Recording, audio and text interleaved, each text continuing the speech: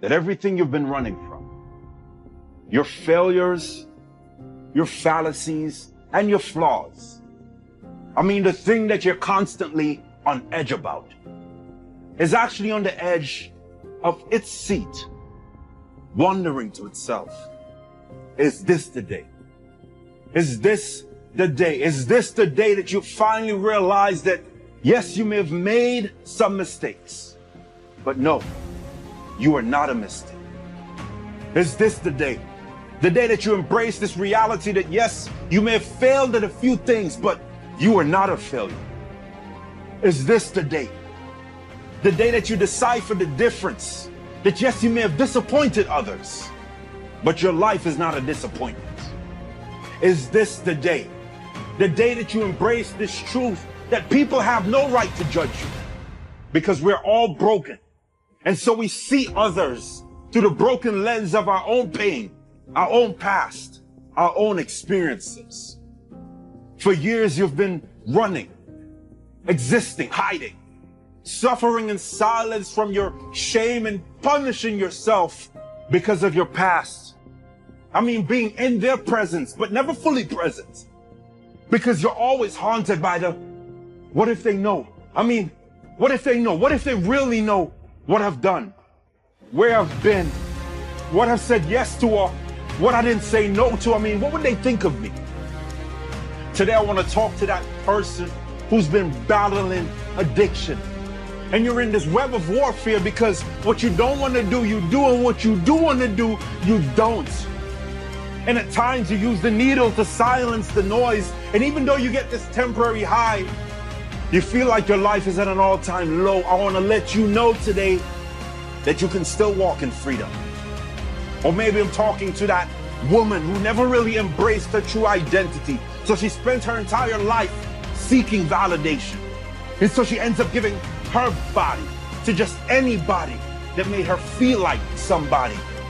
And now she feels disqualified from accepting the love that her soul really craves. I want to let you know this today. And you may not hear this from any other man that wants nothing from you, but everything for you. But I love you. Or maybe I'm talking to that grown man who's really just a little boy in a grown man's body, who walked away and stayed away from his child for so long that he's allowed the torment of his absence to be more tolerable than the pain, humility, and reconciliation of his presence. Not realizing that if there's anything in this world worth fighting for, is to make the rest of his child's life the best of his child's life. I want to encourage you today to fight and keep on fighting, because I salute you. Or maybe you're listening to this and you're thinking to yourself, well, Javon, I don't have those failures, those fallacies, or those flaws. But you're not off the hook yet. So before you become a great judge of another person's problem and become a great lawyer of your own, let me talk about some of the little things that we don't see as such a big deal. Like how we compare the brokenness in our lives to the stage performance of somebody else's Instagram post. Or how we really feel in our hearts if our child was to bring home a spouse of a different race. Or how we help the needy. And our only motive is not just to meet their need, but to increase our own visibility. And so we use the less fortunate as an opportunity to gain more fortune. Now, I don't want you to get lost in the guilt and miss the mission of this message, which is to show us that we all have imperfections. But transformation is never impossible. So let this be the day. Let this be the day that you finally realize that yes, you may have made some mistakes, and those mistakes may have created a mess. But a mess is what sets the stage for a miracle. Let this be the day that you embrace this reality that yes, you may have failed at a few things, and the failure may feel like rejection. But sometimes rejection is really just redirection to take your life into a new direction. So let this be the day that you realize that yes, they may have disappointed you, but the greatest disappointment is to allow those who have disappointed you to cause you to disappoint the people who need you. Walk me through that mindset, how you built yourself back up. Well, Fitness was something that I got into at a young age, and always carried me through whatever job I had. I did construction, it was manual labor. When I ended up in the infantry, I fit in perfectly into that world because it's very physical. And when I was injured and went through that depression and was struggling, I knew that I was always happier when I was healthier. So that was one of the things that got me into changing my eating habits, getting back in the gym, which wasn't easy at all. I mean, I tell people all the time, what that actually showed me was a side of fitness that I was not used to. Being that person walking the gym that was insecure.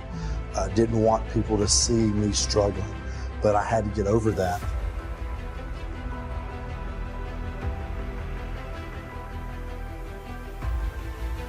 People all the time, we meet them all the time, people that want to get in shape, but they're worried about going to the gym, what they're going to do. And I got to experience that. But then as I started exercising and feeling better, then I didn't care what time of day. Then I started using that to my advantage, where I tell people, I had to convince myself I was doing what others can't. Not in an arrogant way, just to myself. Because no matter what gym you go to, there's always somebody bigger, stronger, faster. But I could stand there and have a guy next to me that is bigger than me and think, well, could he do it in this normal leg? I mean, deep down, I hope he could. Right. But you have to give yourself that mentality that you're doing what other people can. When I meet someone who battles with obesity, I say, well, then you have struggles ahead of you, so you will earn that and appreciate it more. And so I think that mindset of doing what other people can't is what really drives me to want to do the best. I am very close to my kids. I have 3 kids. They're 7, 9, and 12, and they are my motivation. When I was going into the gym in the beginning, I tell people all the time, you have to have something stronger than your fear.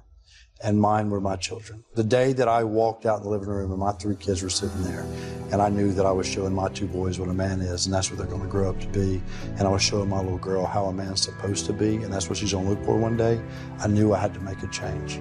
And I admit to people, I talk about it in my book, I'm very open and honest, it did not happen overnight. Just because I had that realization that I had to be better, it didn't just happen. I would make a mistake, fall flat on my face, but it was the thought of them that got me up and going. And it was the thought of them that pushed me through those beginning workouts, getting back into shape, doing whatever it was, and pushing myself to be better. I tell people all the time, you have to have something stronger than your fears. And for me, it is my kids. And I use that in whether it's fitness, running a race, business, whatever it is, we all get scared. That's what makes things exciting. But you have to have something stronger than that to say, you know what?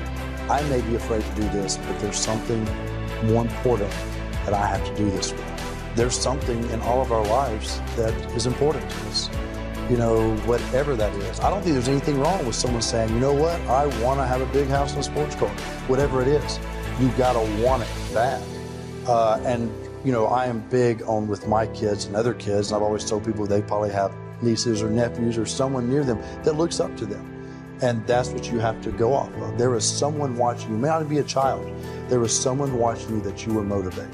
Like, I love the fact that I ended up, in the spotlight, and now my story reached more and more people. But if you just motivate one person, that is a world of difference for them. And that's what people have to keep that mindset of, is like, when you do things, you're not just doing it for yourself, you're doing it for someone else.